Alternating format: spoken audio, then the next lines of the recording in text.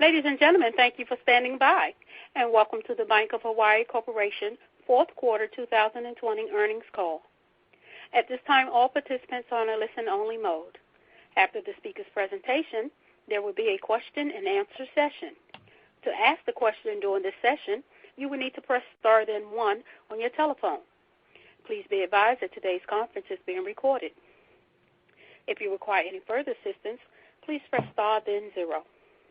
I would now like to hand the conference over to your speaker for today, Cindy Wyrick. You may begin. Thank you. Good morning, good afternoon, everyone. Thank you for joining us today as we discuss the financial results for the fourth quarter of 2020. On the call with me today is our Chairman, President, and CEO, Peter Ho, our Chief Financial Officer, Dean Shigemura, our Chief Risk Officer, Mary Sellers, and Janelle Higa, our new Manager of Investor Relations. Before we get started, let me remind you that today's conference call will contain some forward-looking statements. And while we believe our assumptions are reasonable, there are a variety of reasons that the actual results may differ materially from those projected. During the call this morning, we'll be referencing a slide presentation as well as the earnings release. A copy of this presentation and the release are also available on our website, BOH.com, under Investor Relations. And now let me turn the call over to Peter Ho. Thank you, Cindy. Good morning, everyone, or good afternoon. I'm going to touch a little bit on the Hawaii market, and then I'll turn it over to Dean and to Mary to talk on finances as well as our improving risk profile. And then I'll finish with some thoughts on how we're thinking about 2021 before we take your questions. To begin with, though, I'd say quarter four represented a good quarter. It's a little bit noisy, but generally we saw a stabilizing economy, good revenue and balance sheet growth, good expense management when you cut through a bunch of noise in there. Again, fortress capital and a terrific liquidity position, an improving loan deferral population that Mary will touch on. And then finally, I think as we step into 2021, we're awfully well prepared to take on the challenges of this year. Let me touch on the economy for a bit on a few slides here. What you see here is Hawaii unemployment, really those twin towers in April and May of 23.6% and 23.4%, representing effectively our high water mark as we stepped into the pandemic, and then winnowing down slowly, I guess is the catchphrase, but still stubbornly high relative to pre-pandemic levels. Q4 forecast is coming in at about 13.5, which represents a bit of an improvement from the prior quarter. And then the forecast looking forward into Q1 is for a little bit of erosion in that number as we get through the holiday activity, as well as I think contribute to some of the infection rates that we're seeing on the mainland, in particular our West Coast markets, which have a bigger impact on us than some other markets.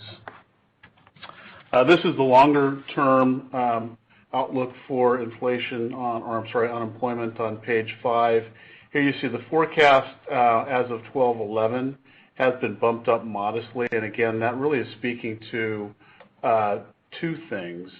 One, an infection rate, I think, probably above what we had anticipated, and an infection rate occurring, as I mentioned, in some of our more strategic locations on the U.S. mainland, was probably not as embedded in this forecast after talking with the UHERO folks, is the amount of stimulus that is now looking what I would call possible. And so this forecast was really built around a level of stimulus, but probably more on the moderate side from where I think most people's minds' eyes are right now. We've learned to GDP and personal income. You see in 2020, in the dark blue, the forecast is down 10%. It's actually a slight improvement from the prior year's forecast, really more for adjustment basis.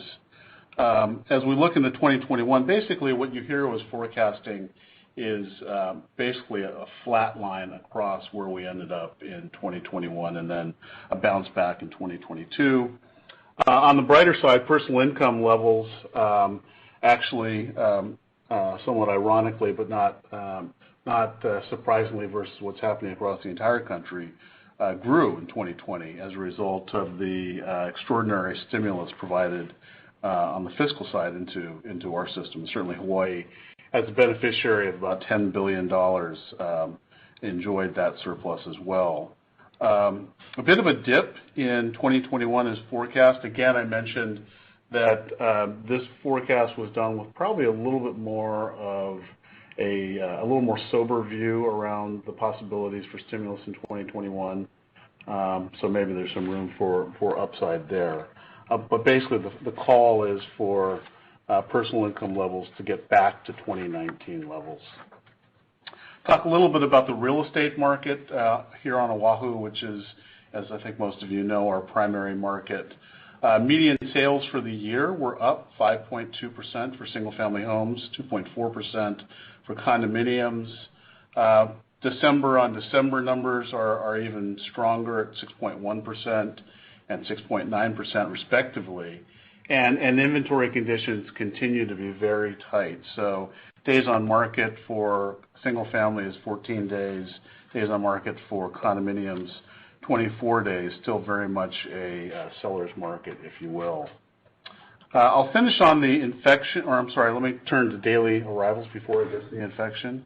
As I think most of you know, we launched our Safe Travels program.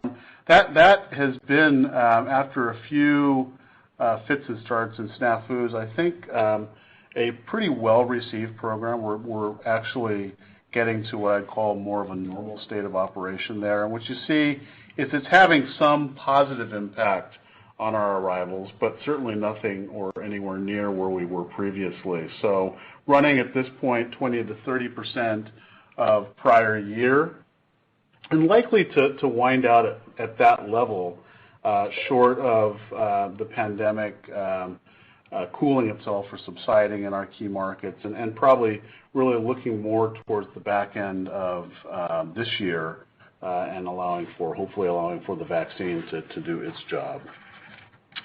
On the next slide, over to infection rates. Still a very, very good story for Hawaii.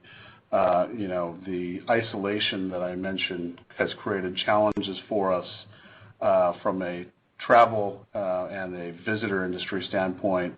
Works the other way for us on the infection side. So Hawaii, really much through the entirety of the pandemic, has been one of the safer places in the country, I'd say, by infection average per day per 100,000 people. So that's a little snapshot on the local marketplace. Now let me turn it over to Dean, who will give you some of the financial highlights. Dean? Thank you, Peter. Net income for the full year of 2020 was $153.8 million, or $3.86 per share. Net income for the fourth quarter was $42.3 million, or $1.06 per share. Net interest income for 2020 on a reported basis was $496.3 million, down $1.4 million from 2019. Net interest income in the fourth quarter was $119.5 million. Included in the fourth quarter net interest income was a one-time reduction of $3 million for an impairment of a leveraged lease. Excluding the impairment from the fourth quarter, net interest income was $122.5 million, a decrease of $1.7 million from the previous quarter and $1.4 million from the same quarter in 2019. We recorded a credit provision of $15.2 million this quarter, which includes $2.7 million to establish a reserve for interest associated with deferrals. Non-interest income for the full year of 2020 was $184.4 million, an increase of $1.1 million from 2019. Non-interest income totaled $45.3 million in the fourth quarter. The increase in the fourth quarter was from the prior quarter was driven by strong mortgage banking income and customer derivative revenue. Non-interest income in the fourth quarter of 2019 included a gain of $3.8 million related to the early buyout of a leveraged lease. Adjusting for this one-time item, non-interest income in the fourth quarter of 2020 increased $1.4 million from the fourth quarter of 2019, despite the ongoing challenges of the pandemic. We expect non-interest income in 2021 to be approximately $42 to $43 million per quarter. Although non-interest income has greatly improved from earlier in the pandemic, economic conditions remain challenging. In addition, higher interest rates may reduce mortgage banking volume and revenue. Non-interest expense for the full year of 2020 was $373.8 million, a decrease of 1.4% compared with $379.2 million in 2019. Non-interest expenses in the fourth quarter totaled $98.7 million and included one-time charges of $6.1 million for the closure of 12 branches and the reduction of cash-only ATMs, and $800,000 related to the true-up of amortization of an investment. Adjusting for these one-time items totaling $6.9 million, non-interest expense in the fourth quarter was $91.8 million. The increase from the third quarter was primarily due to increases in variable expenses related to stronger revenue growth and loan and deposit production. Accruals for corporate incentives in the fourth quarter increased to $3.1 million, but continued to be lower than the comparable period in 2019, which was $4.9 million. For 2021, we expect non-interest expenses will be flat to 1% higher than 2020 reported expenses of approximately $374 million. Included in the estimate is the return of variable compensation to more normal levels. As a reminder, the first quarter expenses will include our usual seasonal payroll expenses, which are expected to be $2 to $3 million. The effective tax rate for the fourth quarter of 2020 was 16.87%. The lower effective tax rate included a $1.6 million return to provision adjustment. Currently, we expect the effective tax rate for 2021 to be approximately 22%. Our loan portfolio increased $146 million, or 1.2% linked quarter, and $949 million, or 8.6% year over year. Growth was driven by strong commercial and mortgage production. PPP loan payoff and waivers were $16 million for the quarter. Our strong deposit growth continued in the fourth quarter, which increased by $473 million, or 2.7% linked quarter, and $2.4 billion, or 15.4% year over year. During the quarter, core consumer and commercial deposits grew by $587 million, while public time deposits were reduced by $72 million. As a result of continued strong deposit growth during the fourth quarter, we continued to deploy a portion of that excess liquidity into our investment portfolio and increased balances to $7.1 billion. Premium amortization during the quarter was $9.6 million. The duration of the portfolio was 3.3 years at the end of the quarter and well within our risk tolerances. AAA-rated securities represented 96% of the portfolio balance, and 100% remained A-rated or better. Thus, our investment portfolio remains a stable and secure source of liquidity and funding for our balance sheet. Our return on assets during the fourth quarter was 0.83%. The return on equity was 12.26%, and our efficiency ratio was 59.88%. Our net interest margin in the fourth quarter was 2.48%. Adjusting for the one-time $3 million leverage lease impairment, which reduced the net interest margin by 6 basis points, the margin for the fourth quarter was 2.54%, lower by 13 basis points from the third quarter. The decline in the margin and net interest income during the fourth quarter of 2020 reflects the ongoing impact of the lower interest rate environment, as well as strong liquidity levels, partially being offset by growth in loans and investments. In 2021, we expect the margin will decline 3 to 4 basis points per quarter and stabilize in the fourth quarter at approximately 2.4 to 2.45%. These estimates exclude the impact of PPP loan prepayments and from the new PPP loan program. We maintained our strong risk-based capital levels, and our CET1 ratio ended the year at 12.06%.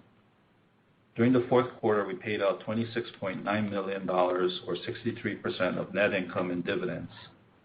Our share repurchase program remains suspended. And finally, our board declared a dividend of 67 cents per share for the first quarter of 2021. Now I'll turn the call over to Mary. Thank you, Dean.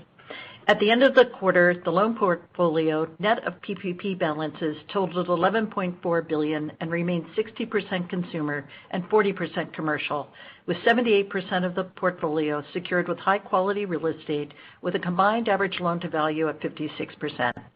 We believe this portfolio construct, built on consistent conservative underwriting and disciplined portfolio management, will continue to provide a superior outcome and allow us to continue to support our customers and community through these unprecedented times.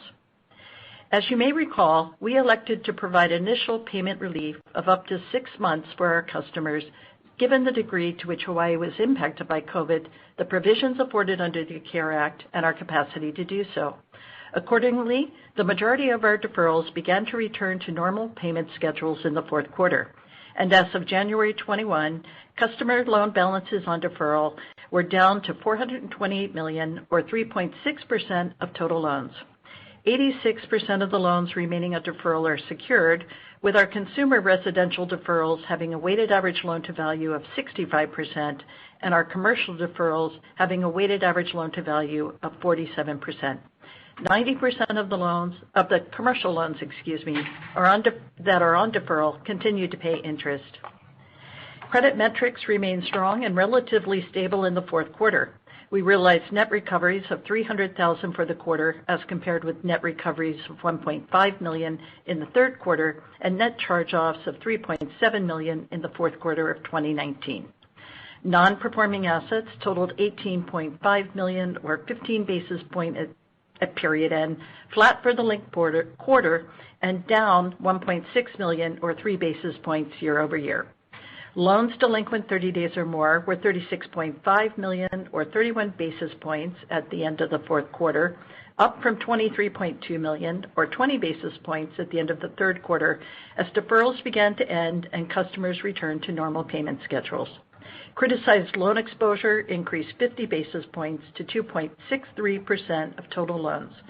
60% of this exposure is secured by commercial real estate, with a weighted average loan-to-value of 58%.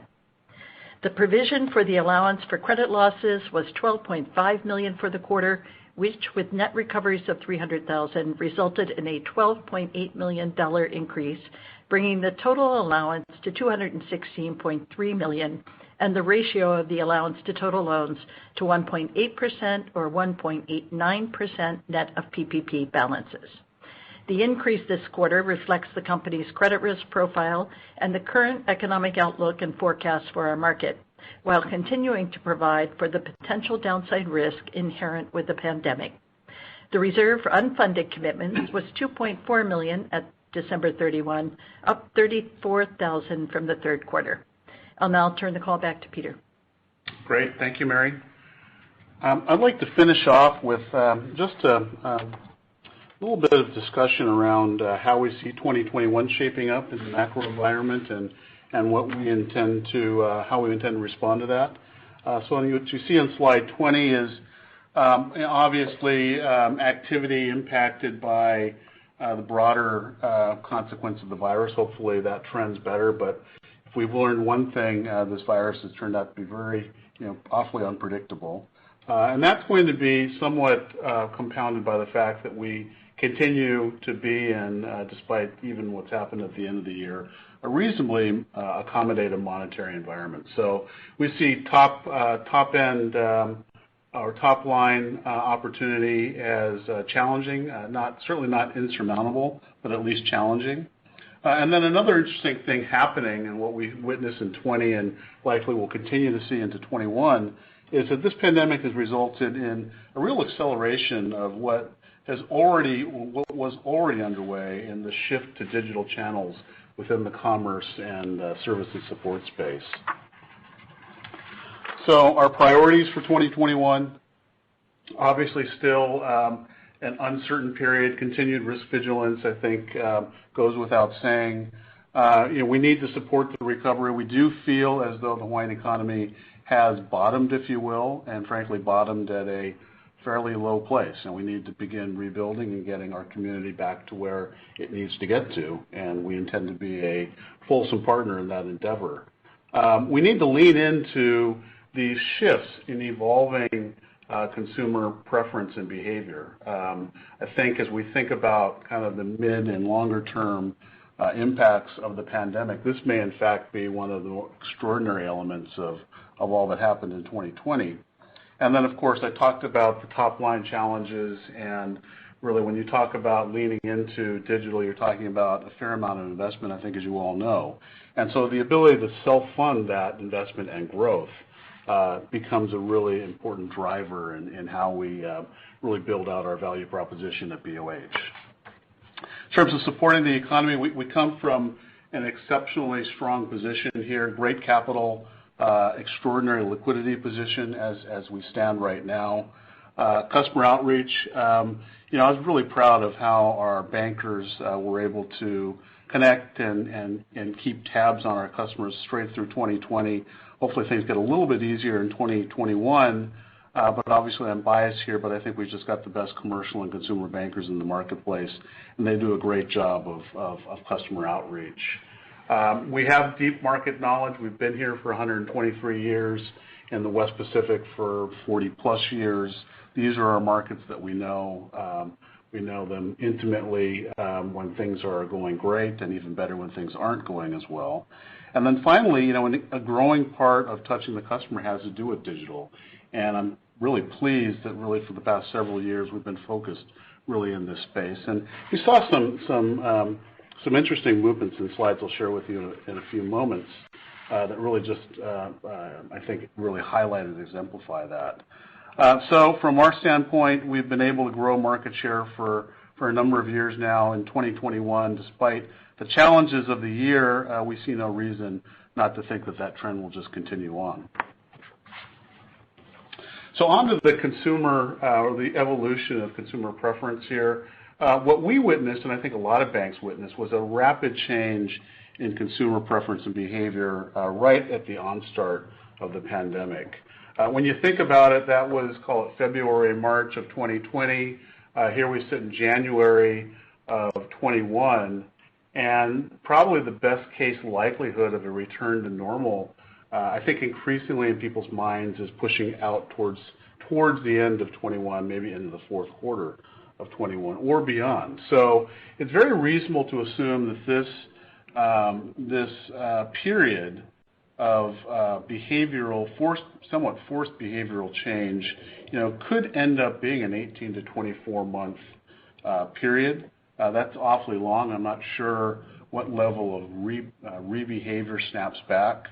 And I think that snapback really is dependent on whether or not consumers find that their changed behavior to be an enhancement or an inconvenience. And I think there's growing evidence that people are thinking more along the enhancement side versus the inconvenience side.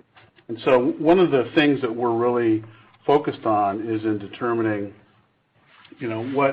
what level of change really represents the new normal. And increasingly we believe that, digital adoption was already happening. We all know that. We've been talking about it for an awful long time. But really what the pandemic has represented is just an exceptional acceleration of that trend, and one that, obviously I think we as an industry need to be prepared for.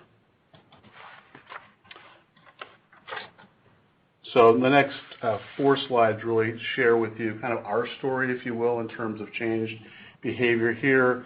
What you see on slide 24 is in-person branch transactions, which have been incredibly stable for an awful long time, kind of winnowing down gently over the past several years. But we get to March of 2020, really the onslaught of the pandemic, and our branch transactions dropped by 49%. So that's both on a year-on-year basis as well as on a year-to-date basis. And what we've seen really since March is just an awfully flat transaction line. So, will that bounce back at some point as we get back to the new normal? Probably to a certain extent, but probably not nearly to the original levels pre-pandemic. On the next slide, you see how our consumers are choosing to work with us. Here in 2019, you see that 22% of our deposit customers were digital-only customers, 17% branch-only customers. Fast forward a year, and that number on the digital-only front accelerated to 31%, and on the branch-only side fallen to 11%. So a pretty meaningful move in the span of a year. When you look at deposits, half of our branch transactions are depository in nature, and really thought we had gotten awfully digital the past couple of years, getting branch transaction deposits down to about 60%.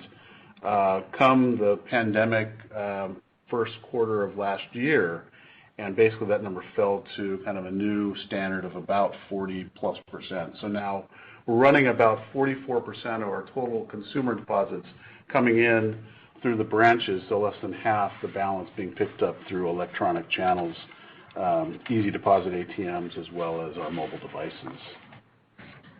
And then finally, on page 27, what you see is the evolution of our Zell products. So we are a Zell bank. It seems to be a great product working for us and has, we thought, had good consumer adoption. So we went in place June of 2019. You see a pretty nice riser. We were pleased with that performance. But what you see when you get to March of 2020 and the pandemic is that since then, really through the end of last year, December 20, Zell transactions had almost doubled. So really a phenomenal outcome there. So I guess to sum it up, we see the shift. We think the pandemic has accelerated that shift. We have been focused on retrofitting our own organization, if you will, to be not just our traditional physical bricks and mortar organization, but a pretty darn good digital organization as well. That takes money. I think as everyone on this call understands that. And so one of the elements that's been very important to us is the ability to effectively self-fund a lot of that growth through gaining efficiencies just throughout whatever opportunity we can find. We now believe that is a core competency of Bank of Hawaii. We view it strategically, and we are long-term oriented in how we roll out many of these programs. It's internally driven in that obviously you need new skill sets to really drive and lean into this process. We chose to hire those skill sets instead of rent those skill sets from a consultative basis, which we think is the right decision and has really turned out to be a good outcome for us. And finally, this stuff is, I think we've got the bulk of our spend in the bag at this point, but it's never ending, and there will always be opportunities to spend more, and we intend to do that. On page 29, you see a 5-year snapshot of our expense line. So 2015 spent $348 million in non-interest expense. Fast forward 5 years to this past year, we spent $374. That's a 1.4% CAGR against a humble inflation rate of 1.9%. So we feel generally pretty good about that. We're able to bring overall headcount down about 7% over that same period. Important to note, however, that when you look on the next page, that 1.4% includes an awful lot of innovation investment. So built into that run rate, the 374 2020 run rate, is about $40 million in innovation expense that wasn't there previously if you go back 5 years. I mean, we go back to 2015, we were putting really kind of a hobby level of a couple $1 million a year into these initiatives. Now it's a real business, and it's been challenging. We've had to really rebuild our IT capacity. Not that it wasn't acceptable, but it was good for the 20th century and not really prepared for the 21st century. And so that's meant, important but somewhat mundane things like router refresh or server refresh or Wi-Fi refresh or desktop refresh, all of these things that you have to do over and above just having a core capability in place. And then obviously we've spilled into, in a meaningful way, into the digital environment, into digital marketing, data analytics, CX or customer experience, as well as operating efficiencies. I mentioned that our FTE count was down 7% over that 5-year period ending in 2020. That is inclusive of a buildup of about 80 FTEs, really populating and helping to colonize a lot of these new initiatives. On the next page, you see Simplify Arena. So Simplify, some of you know, probably not all of you, is our digital sub-brand. So basically we use Simplify really to help highlight the digital commerce and support efforts of the organization.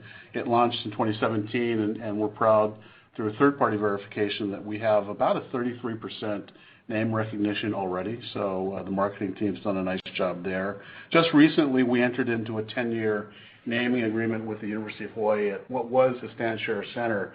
The Stanshare Center is the main and most prominent arena sports venue in the state. It's in some ways the crown jewel attendance venue, seating 10,000 people. And we renamed it, instead of renaming it Bank of Hawaii Arena, which I don't think would have gotten us a lot given the breadth of our brand name, we named it Simplify Arena by Bank of Hawaii. And really the intent there is just to continue to proliferate this digital concept within the Bank of Hawaii brand. So to finish off here, just to give you a sense on what we have programmatically in 2021, we are just underway in the closure of 12 in-supermarket branch format branches. That will take place sometime in the next couple of months. We also, with a separate retailer, are sunsetting about 50 cash dispensing ATMs as ATM volumes have fallen. ATM volumes have fallen about 20% in the past year, and obviously what you saw with the Zell trends, people are finding ways to transact money differently.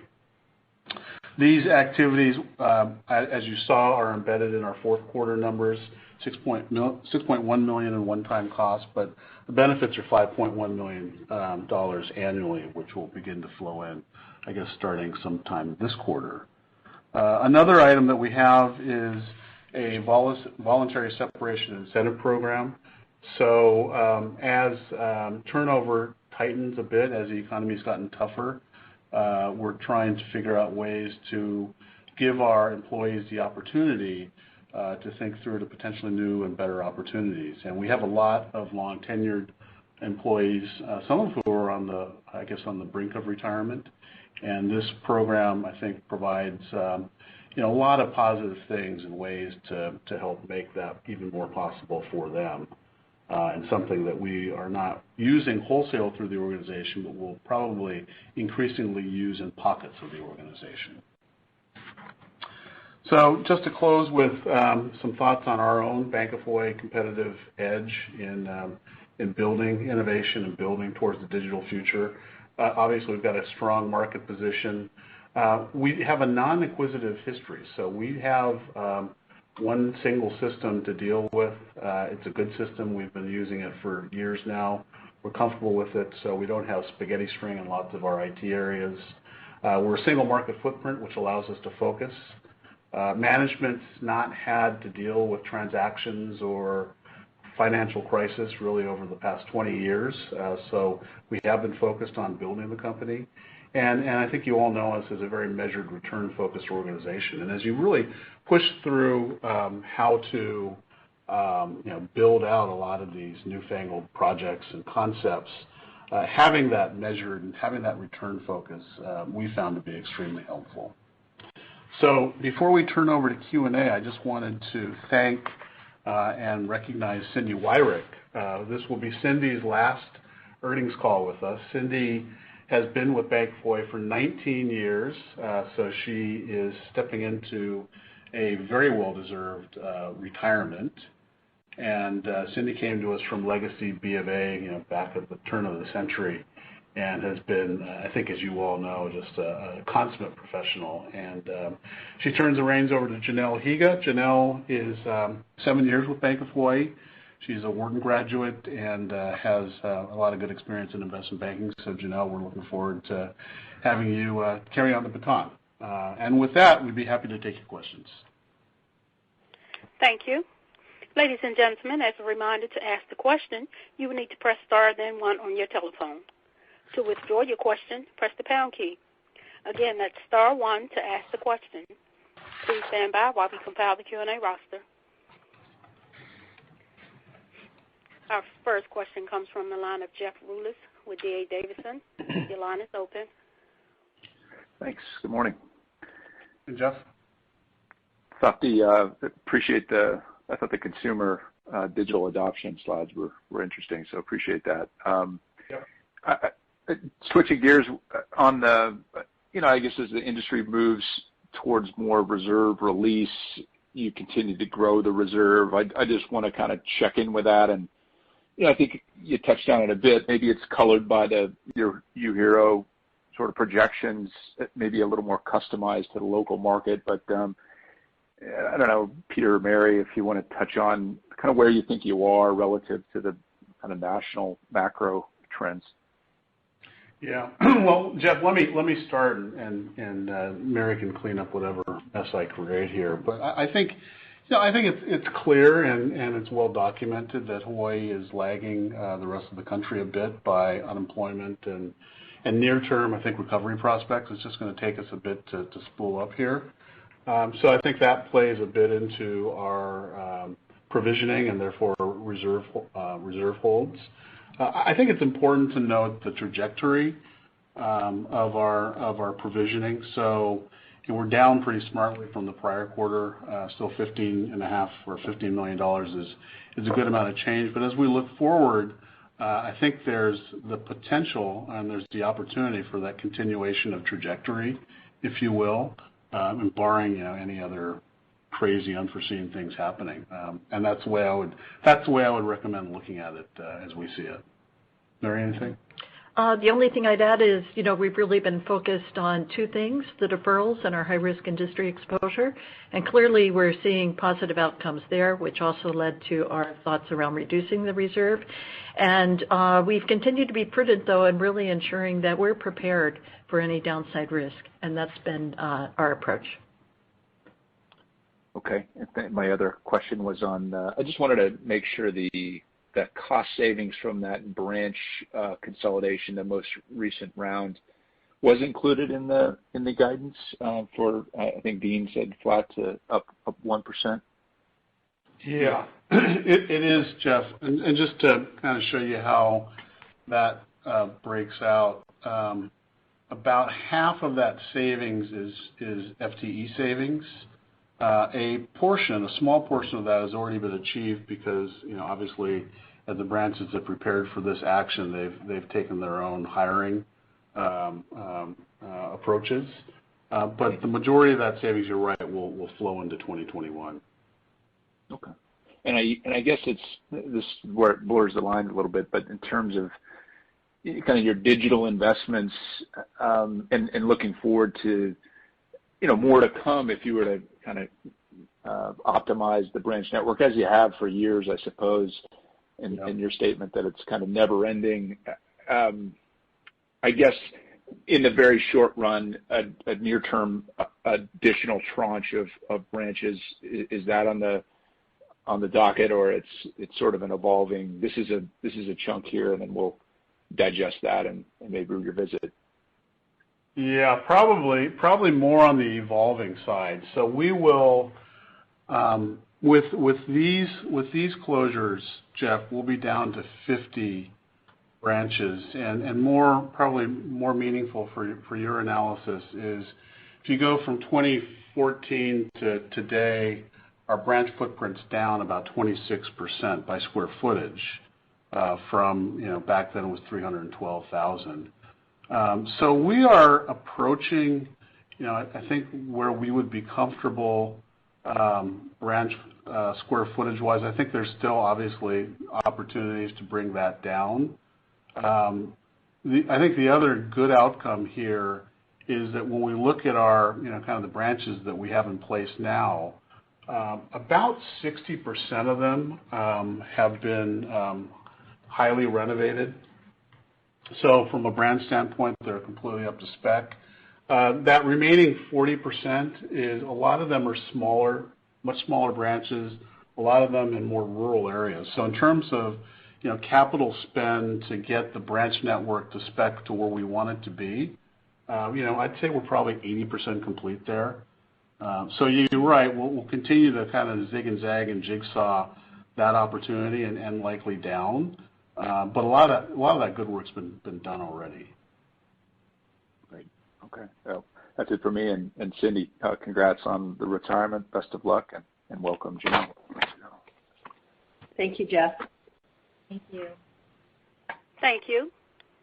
Our next question comes from the line of Abraham Poonawala with Bank of America Securities. Your line is open. Good morning, guys. Abraham.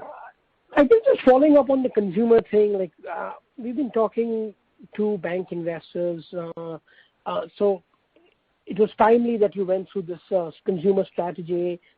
Should you be doing more, Peter? Should you be making more investments and accelerating some of that, understanding that you've been very disciplined on the expense front, but given the pace of change and what's going on, just talk to us in terms of, if you weren't worried about this quarterly sort of earning cycle, would you be doing more in terms of on the digital front, be it in terms of revenue growth, client acquisitions? No, well, it's a good question, and it is the right question. I can't think of a project that we have pushed the red light on because it would just create too much expense drag on our operations. So we've actually looked at it the opposite way, Ibrahim, and that way is to really identify the things we need to get done to be as competitive as we want to be, and then figure out how to get the expense efficiency as an afterthought through that. And to date we've been fortunate. I'll tell you one thing that I feel good about. So to answer your question, no, there's more expense spend to be done. I think that the slope begins to flatten out a bit for sure, and the reason why is because upwards of half of that $40 million was spent really getting the core IT infrastructure into place. And so that's obviously software costs, that's depreciation, and that's hiring people. We've hired a ton of IT and data folks and the like just to kind of get that infrastructure in place. And that's largely done. That gives us some level of scalability as we move forward. Another important element is getting senior leaders in areas like digital marketing and data analytics and things like that in place. Those are challenging assets to find and to make sure work with the organization. We feel great about that, and that's showing up in that $40 million as well. So there's more spend to come, but we've got a great base in place at this point, which gives us some scale. And so I think what we'll see is a flattening of that slope, which, frankly, when you look at it, it's a little scary, isn't it? Mm-hmm. Got it. Understood. And I guess just following up, Dean, I wanted to just better understand the margin outlook. I believe last quarter you had a guidance for 6 to 7 basis points compression. When I look at the 254 versus the 267, it was 13 basis points. Just talk to us in terms of how much of that excess compression was liquidity driven, and just your expectations around the excess liquidity or the cash balances that you expect to carry as the year moves on. Yeah, the additional liquidity was about 3 to 4 basis points. So when you adjust for that, it was, we would have been down, maybe a basis point or two more than what I had guided to. We expect to deploy as much cash as prudent. We're still putting money into the investment portfolio, but that serves as a liquidity valve for us because we can cut that off pretty quickly to fund any kind of loan growth that we have. But we do expect to continue to grow deposits this year, somewhere in the, maybe 4% range, but, that includes, some maybe stimulus money that we expect to receive. But we still have a lot of liquidity on the balance sheet. Got it. And just separately, in terms of loan growth, I mean, obviously, we probably see a little bit more of a pickup in the economy in the back half. But Peter, any thoughts around like where you expect loan growth versus some more runoff during the year? Yeah. So I think so we got 3.8% loan growth in 2020 net of the PPP, which I thought, given the insanity of the year, was a pretty good mark. A lot of that came from our commercial mortgage team. Construction ramped up, and the great thing about the construction side is those are effectively essential projects that happen irrespective of what's happening with the pandemic. They're affordable housing projects, so there's some durability there. I think that both those segments could outperform again in 2021. Home equity was a bit of a laggard in 2021, really as a result of having to comp with its big brother, residential mortgage. But it seems like we were able to figure out ways late in the year to at least flatten that product. So I think that kind of net represents an opportunity. Indirect has been amazingly durable, and we're only playing at the very top end of that market. Potentially that comes together positively in 21. So I think, Ibrahim, only the other consumer, which is installment for us, I think we'll probably continue to see a bleed there, which is not surprising nor, frankly, disappointing. So my sense is that if we can hit mid-single digit loan growth for the year, that would feel pretty good, and I think is kind of on the cusp of achievable. All things dependent on what happens with the virus outcome, right? Right. All right. No, that was good call, Peter. Thank you. And Cindy, congratulations. Enjoy your retirement. We'll miss talking to you, but thanks again for taking my questions. Thank you. Thank you. Thank you. Our next question comes from the line of Andrew Liesch with Piper Sandler. Your line is open. Hi, good morning, everyone. Hi, Andrew. I just want to touch on the non-interest income guidance. Curious, what is that assuming for mortgage banking revenue? I think it's safe to project that it'll be less this year than last year, but what does that assume for gain on sale? So a couple of things. So yeah, we did have a pretty extraordinary quarter, fourth quarter. The gain on sale was pretty wide, was over 4%. What we're seeing recently is it's coming down to below 4%. And then we built in a little bit of maybe conservatism based on volumes, that if interest rates were to rise, we could see a drop off there. So it would be somewhat lower throughout the year is what we have forecasted in that number. Got it. Okay, that's helpful. You've covered most of my other questions, but the only other one is on the modeling the tax rate. I was kind of surprised to hear it near 23%. Is there anything in that causing it to rise from where it's been the last couple of years? The guidance was 22%. Oh, 22, sorry. Yeah. A couple of things there. One is that, we expect income to be a little bit higher this year, so that kind of pushes the effective tax rate higher. The other thing was there's some expiration of some grandfathered reductions that expired in 2020. So in 2021, we won't have that. Okay. That's helpful. You've covered all my other questions. Thanks. Thanks, Andrew. Thank you. As a reminder, ladies and gentlemen, that's star one to ask the question. Our next question comes from the line of Jackie Boland with KBW. Your line is open. Hi, good morning, everyone. Hi, Jackie. I wanted to talk about the margin a little bit more. And Justine, when you think about your forward contraction, how draconian are you being with that? Meaning that, are you assuming some pretty low reinvestment rates of cash into securities? Are you assuming, just really high levels of liquidity remain on balance sheet? Just trying to get a sense of what kind of inputs go into that forecast. Yeah, there are several things. I mean, one is just kind of to take the liability side, we are kind of coming to the, I would say, closer to the bottom of deposit rates. We've been managing that lower quite a bit, and I think the opportunities there are a little bit limited. On the asset side, we do have quite a bit of fixed rate assets that mainly in the residential mortgage and investment portfolio that still will have some decrease in yields. Kind of offsetting that or stabilizing that would be, some of our floating rate loans that already are, have factored down in terms of yield already. So when you take all of that into account, there's still going to be some erosion in the margin, just repricing of the fixed rate assets, and that's how we got to the guidance. Okay, great.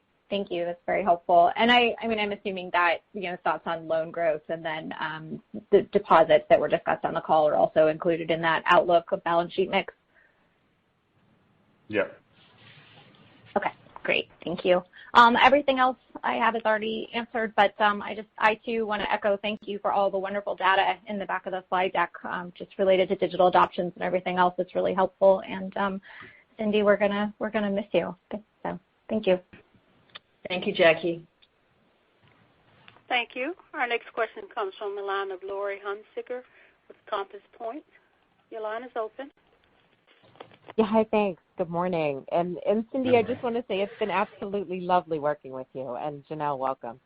I just wanted to go back to Andrew's question because I think I had a wrong number written in my notes too. The forecast in terms of tax rate for next year is 22%. Is that correct? Yes, 22. Great. Okay, thanks. And then in terms of PPP fees that remain of your $528 million, how much remains of your fees and what was actually amortized this quarter? So as of the end of the year, we had $10.4 million of remaining capitalized fees. Okay. And then out of the $16 million that paid down and were waived, about $370,000 in fees were accelerated. $373,000. So, I mean, so how much in total fees were taken into net interest income this quarter? That $300,000. Just $300,000. Okay, got it. For some reason, I was thinking that was higher. Okay, that's helpful. And then, Mary, I appreciate the further update on deferrals as of January 21st, the $428 million. Do you have a breakdown in terms of what is just very high level C&I, CRE, and maybe consumer? Yes, I do. One second here. So in terms of the deferrals, for the commercial, that's $312 million. $240 million is commercial mortgage, $63 million C&I, $8 million leasing. In terms of the consumer, $126 million in residential. And this, I'm sorry, Lori, is actually as of the 12/31 number, and I can get it for you for the 123 number. You know what? I've got the 12/31 breakdown. I've got okay. Hang on. Maybe I do have the 123.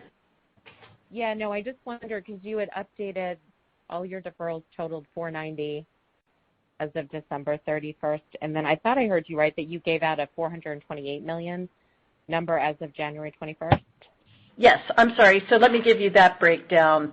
So commercial is $299 and consumer $129. Within commercial, C&I was $57 million. Commercial mortgage, $234 million, leasing $8 million. And in terms of consumer, residential mortgage was $89.8 million, home equity $21.7, auto $12.9, and other consumer, which is our unsecured product, of $4.7.